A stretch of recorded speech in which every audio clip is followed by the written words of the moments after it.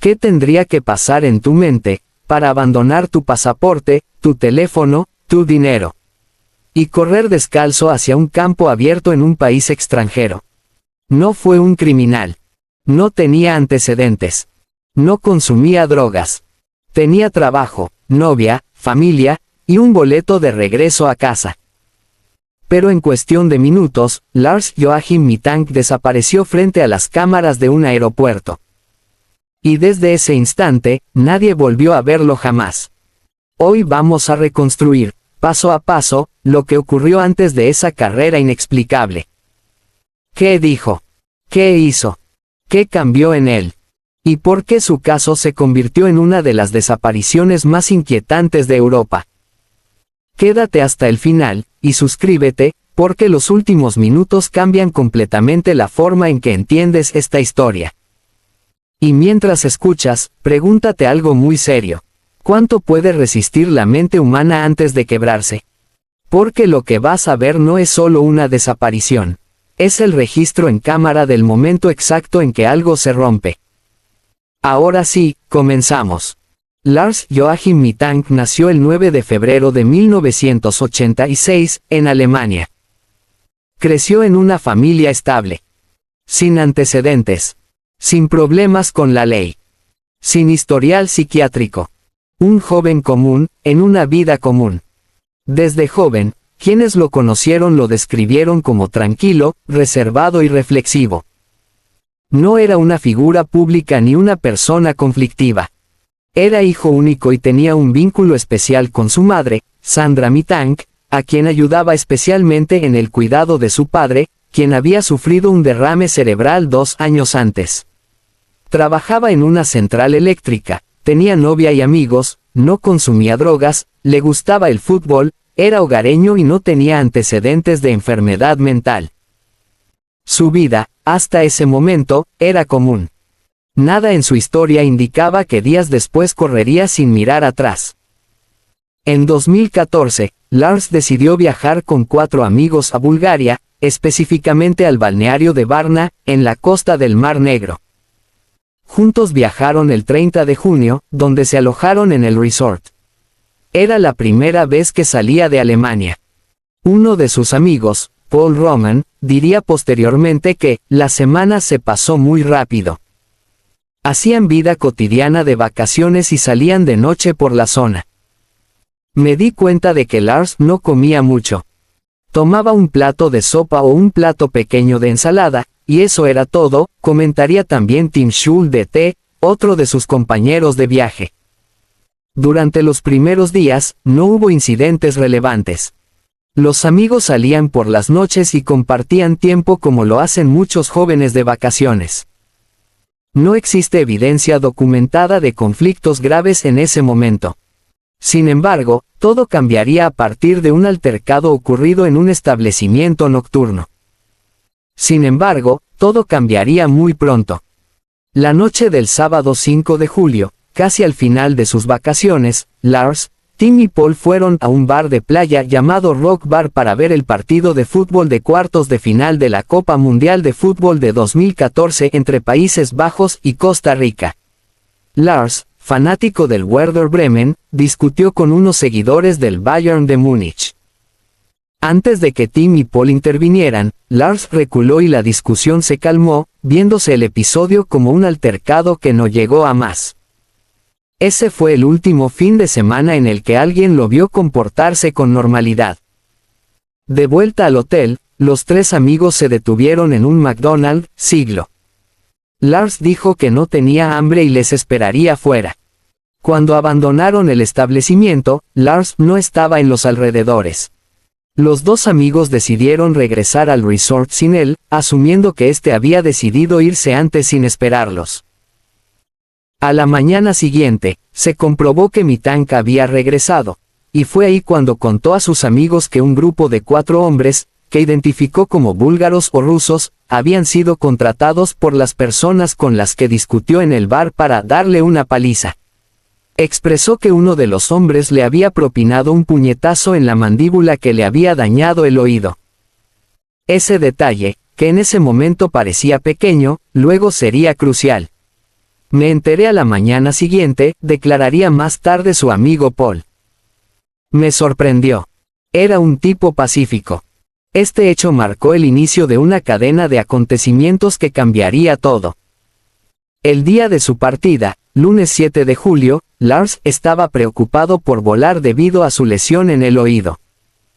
Paul le sugirió ir a ver a un médico local, ya que contaban con un seguro de viaje.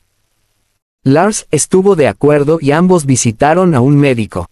El diagnóstico indicó una lesión en el oído que requería tratamiento y precauciones especiales al volar debido a la presión atmosférica.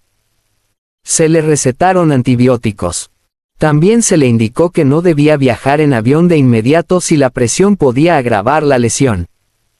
Sus amigos debían regresar a Alemania según el itinerario previsto. Sin embargo, ellos le ofrecieron acompañarle por un medio alternativo, como autobús, pero Lars les dijo que no se preocuparan, ya que podría tomar otro vuelo de regreso más tarde, después de su cita médica. En ese momento, Tim y Paul se marcharon en taxi hacia el aeropuerto y Lars hizo lo mismo en dirección al hospital. Esa decisión, aparentemente lógica, fue el punto de separación. Hasta ese momento, no existían señales documentadas de que planeara desaparecer. Había comprado un billete de avión. Tenía fecha de regreso. Seguía en contacto con su madre por teléfono. La comunicación era constante. Sandra, la madre de Lars, se inquietó al escuchar que su hijo estaba herido y solo en un país extranjero, lo que la llevó a reservarle un billete de avión para que regresara a casa al día siguiente, además de otro de autobús en caso de que no pudiera volar. Algo ya no encajaba, su madre notó cambios en el tono de sus conversaciones. Aquí empieza algo que nadie entendió a tiempo. Lars mencionaba sentirse observado. Hablaba de personas que supuestamente lo perseguían. Mencionó que 4 hombres lo estaban vigilando. También dijo que había algo extraño relacionado con su hotel. Las declaraciones eran confusas. No completamente incoherentes, pero sí marcadas por ansiedad. Su madre intentó tranquilizarlo. Le pidió que regresara lo antes posible. Lars aseguró que tomaría el vuelo programado. No hay evidencia confirmada de que estuviera siendo seguido. Tampoco existe registro policial de amenazas activas en su contra en ese momento. Lo que dijo después cambiaría la percepción de todo. En una de las llamadas, Lars dijo a su madre que debía ser cuidadoso. Lars le hablaba susurrando y actuaba extraño. Decía que algo no estaba bien en el hotel donde se hospedaba. Le dijo a su madre que cancelara sus tarjetas de crédito porque creía que le habían seguido y que querían robarle o matarlo. Entonces colgó. Más adelante su madre pensó que su hijo estaba en peligro, afirmando que podía oír su corazón palpitando a través del teléfono. Intentó volver a llamarle, sin recibir respuesta. Pasó solo una noche y mostró un estado que podría describirse como paranoico y asustado. En las cámaras se recoge transitando de un lado a otro del vestíbulo, mirando por las ventanas y escondiéndose en el ascensor. A la 1 de la madrugada, las cámaras del hotel lo captaron saliendo del hotel, y regresando al término de 1 hora, sin conocerse el destino de su salida. Un rato después Lars volvió a llamar nuevamente a su madre para indicarle que había algunas personas que le estaban persiguiendo, y que habían dado con él, para acto seguido colgar. En retrospectiva, debería haberle hecho más preguntas, declaró más tarde Sandra Mittank. Pero no le llamé porque no quería que el teléfono le delatara allí donde estuviera escondido. Al amanecer del martes 8 de julio de 2014, Mittank pidió un taxi y se dirigió al aeropuerto de Varna. Tenía boleto de regreso a Alemania. Su madre esperaba su llegada. A las 5 de la mañana, un taxista vio a un joven que agitaba firmemente los brazos en un intento de detener el vehículo. Ya había otro pasajero en el mismo, pero tanto el conductor como el pasajero sintieron la urgencia en los gestos del hombre y decidieron recogerlo. El hombre era Lars Mittank, quien agradeció que el conductor se hubiera detenido. Estaba ansioso por llegar al aeropuerto y regresar a su casa. Tanto el conductor como el pasajero, un trabajador social local, notaron que las pupilas de Lars estaban visiblemente dilatadas. El taxi dejó a Lars en el aeropuerto alrededor de las 6 de la mañana. Las cámaras de seguridad del aeropuerto registraron su presencia. Se le ve relajado entrando en el aeropuerto, vistiendo una camiseta amarilla, pantalones cortos, arrastrando una maleta grande más equipaje de mano en su espalda. Mientras entraba al edificio, llamó a su madre y le dijo que había llegado al aeropuerto. Sandra se quedó un poco sorprendida por su forma de expresarse. No dijo, estoy en el aeropuerto, sino llegué al aeropuerto. Debido a que sus tarjetas de crédito fueron canceladas, Lars pidió a su madre que le transfiriera 500 euros a través de Western Union. Ella estuvo de acuerdo en que lo haría tan pronto como terminaran la llamada. Luego le sugirió a su hijo que buscara la enfermería del aeropuerto, para que un médico pudiera examinarle el oído antes de abordar el avión. Al poco tiempo, Lars llamó por cuarta y última vez a su madre. En la misma, indicó que, ellos, posible alusión a las personas que él decía que le seguían, no querían que volara ni viajara en autobús. Después de la llamada, algunos testigos de habla alemana vieron a Lars hablando con un hombre no identificado, pero la conversación parecía darse en un tono informal y no amenazadora. En el mismo aeropuerto, Mittank fue captado por las cámaras pidiendo indicaciones a una mujer, mientras ella señalaba hacia el centro médico. Sobre las 9:30 de la mañana horas, se le ve entrando en la oficina médica, donde le atendió el doctor Costa Kostov.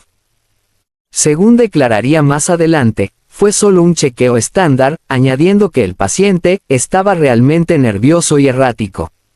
Kostov examinó el oído de Mittank. La revisión mostró que estaba en buena condición para viajar, por lo que podría tomar el vuelo.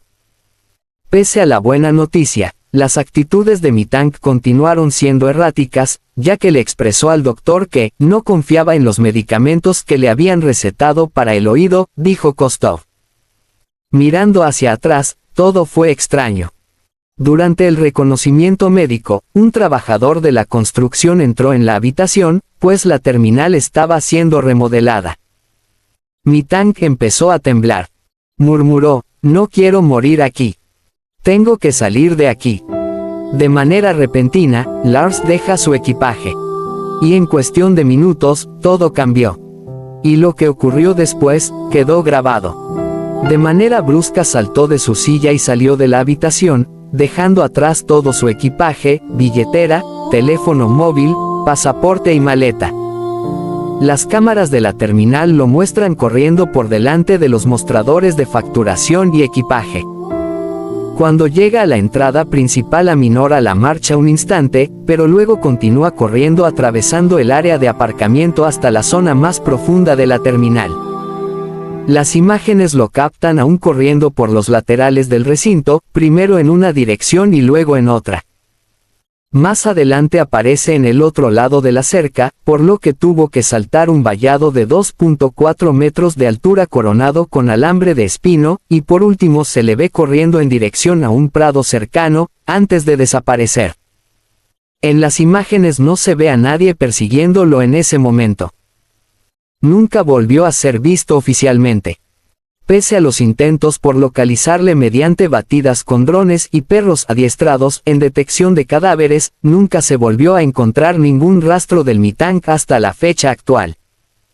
Con Mittank desaparecido durante casi un mes, su madre Sandra contrató a un investigador privado local, Andreas Gutaig, quien observó las grabaciones del aeropuerto por si la policía había pasado algún detalle por alto. Se puso en contacto con hospitales y refugios para personas sin hogar. También viajó a Varna y repartió folletos. El dinero transferido a su cuenta de Western Union nunca llegó a ser utilizado. Especialistas señalaron que, una lesión en el oído puede generar vértigo, desorientación y estrés intenso. Si se combina con falta de sueño, aislamiento y ansiedad, podría desencadenar una crisis aguda. No obstante, no hubo evaluación psiquiátrica previa que lo confirme. Es una hipótesis, no una conclusión. En desapariciones sin hallazgo físico, la investigación enfrenta límites evidentes. Sin restos, sin escena concreta posterior, no se puede establecer causa de muerte ni confirmar supervivencia. El caso de Lars quedó en esa categoría, ausencia total de evidencia material posterior al momento de su huida. Hasta el día de hoy, oficialmente, el caso de Lars Mittank permanece abierto. No se ha declarado su fallecimiento. Tampoco se ha confirmado que esté vivo. Su estatus es el de persona desaparecida. Las teorías continúan, pero los hechos confirmados siguen siendo los mismos. Un viaje de vacaciones, una lesión en el oído, cambios de comportamiento, una consulta médica y una carrera hacia un campo abierto. Uno de los mensajes más significativos que deja este caso es la importancia de escuchar cambios en el comportamiento. Cuando alguien expresa temor, incluso si parece confuso, merece atención. Cuando alguien sufre una lesión en la cabeza, merece seguimiento. Cuando alguien está solo en un entorno desconocido, merece apoyo. Pequeñas intervenciones pueden cambiar trayectorias. Las cámaras lo captaron corriendo. El campo lo tragó. Y desde entonces, el mundo no volvió a saber de él. A veces no se trata de qué ocurrió, sino de qué pudo estar pasando dentro de alguien que nunca pidió ayuda. El caso de Lars Mittank sigue abierto. Y tal vez esa sea la parte más difícil de aceptar. No todas las historias terminan con una explicación clara. Algunas terminan con una pregunta. Si te interesan historias reales contadas con respeto y profundidad, suscríbete. Aquí las analizamos para entenderlas. Y ahora quiero leerte. ¿Crees que fue una crisis psicológica repentina? ¿Un episodio desencadenado por la lesión? ¿O hay algo más que aún no vemos? Te leo en los comentarios. Nos vemos en el próximo video.